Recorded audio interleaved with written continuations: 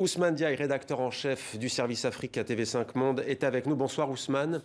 Ce retrait, disons-le, était prévu, mais on sent qu'une page est en train de se tourner ou de s'ouvrir au Mali, c'est selon.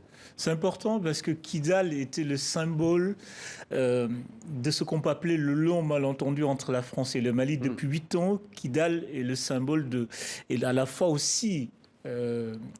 représente tous les paradoxes de l'intervention française, parce qu'au fond, le point d'achoppement a commencé par Kidal. Alors, pour expliquer pour nos téléspectateurs, alors Kidal, c'est une ville au nord du Mali, à l'extrême nord du Mali, comme vous le voyez, une ville stratégique, une ville qui a tout le temps été le bastion de la rébellion Touareg, la rébellion irrédentiste Touareg. Qu'est-ce qui se passe? Les Français interviennent, donc l'intervention Serval, qui libère le nord du Mali, qui libère Tombouctou, Gao, tous les villes alentours. Et quand les troupes françaises libèrent Kidal, les forces maliennes n'entrent pas à Kidal, et Kidal est tenu par les forces françaises, par les forces rebelles Touareg et l'ONU.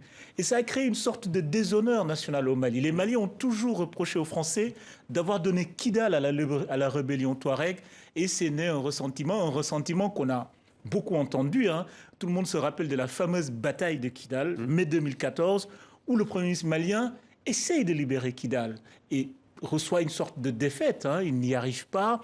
Les Français ont dû intervenir pour exfiltrer le Premier ministre malien, et il y a eu une sorte de cessez-le-feu. Et depuis ce cessez-le-feu, c'est le statu quo. Il faudrait signaler aussi que ça intervient dans un contexte assez particulier. Ça vient dans un contexte où le Premier ministre Choguel Maïga, l'actuel Premier ministre du Mali, reproche à la France un abandon pour avoir fermé ses bases, ce qui est un paradoxe, parce que Choguel Maïga, il y a quelques années, faisait partie des gens qui réclamaient que Kidal soit redevenu malien et que les troupes maliennes recontrôlent Kidal.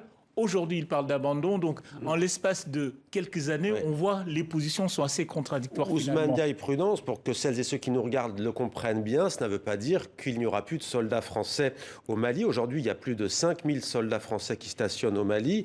À terme, 2500, 3000 hommes, dit-on, vont rester ? En fait, ce n'est pas un retrait finalement du Mali, c'est un redéploiement. Qu'est-ce qui se passe? Je ne sais pas si la carte est encore là.